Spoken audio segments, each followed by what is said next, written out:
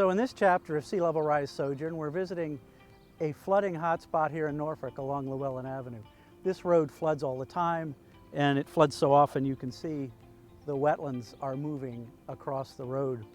I have been here before when this section is flooded and actually have pulled a woman and her child out of a car as they drove into the flooded waters and the car stalled out. So let's talk a bit about what's going on here. So this section of road here on Lewellyn Avenue is built on top of an old wetland. You can see how the road rises in the background. So this used to be a wetland all the way across here, and it was filled in to build the road. So the question becomes, because this road floods all the time, what we're going to do about it. The smartest thing to do, frankly, is to take this whole section of road out, remove the asphalt, and let this entire thing become a wetland again, like it was 100 years ago. That's probably the cheapest thing to do, because filling in or building a causeway along this road is going to cost way too much money. You can clearly see where this ecosystem really doesn't care that there's a road in the way. So growing on the pavement, we have Spartina alterniflora, or what we're now calling Spartina ferventus being Latin for jumping, because this Spartina is jumping across the road.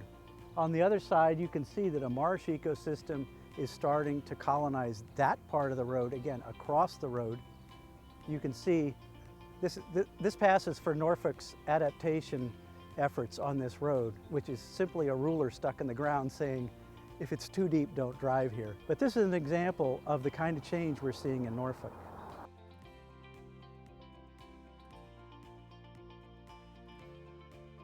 We're at right near the Haven Creek boat ramp here in Norfolk, and this street, as you can see, is wet all the time. There hasn't been a rain event here recently, but it's wet. There are fish living in the pond on the street, and this parking lot floods all the time, and this road gets compromised all the time. It gets wet here so often, you can see what's happening again.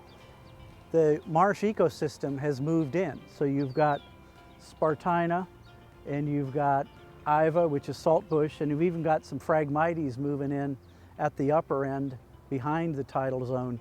But this right here, right back there, is tidal wetlands, and it's growing on the pavement here in Norfolk.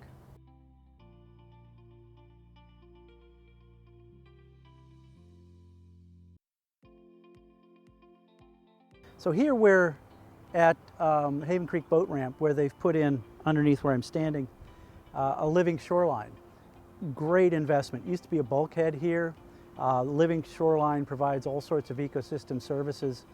But here you see the problem with the long-term survivability of this ecosystem that we've put in, because the Spartina is under my feet right now, but eventually it's going to want to move uphill, but it can only go so far because there are houses in the way all up and down here. So this marsh that we've restored, this living shoreline, has a lifespan of maybe 20, 30 years before it's going to go away.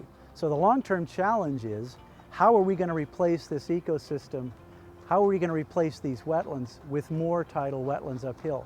That's what we're trying to do with Wetlands Watch, as we try to figure out ways of accelerating the buyout of houses in flood-prone areas so that the wetlands can move uphill.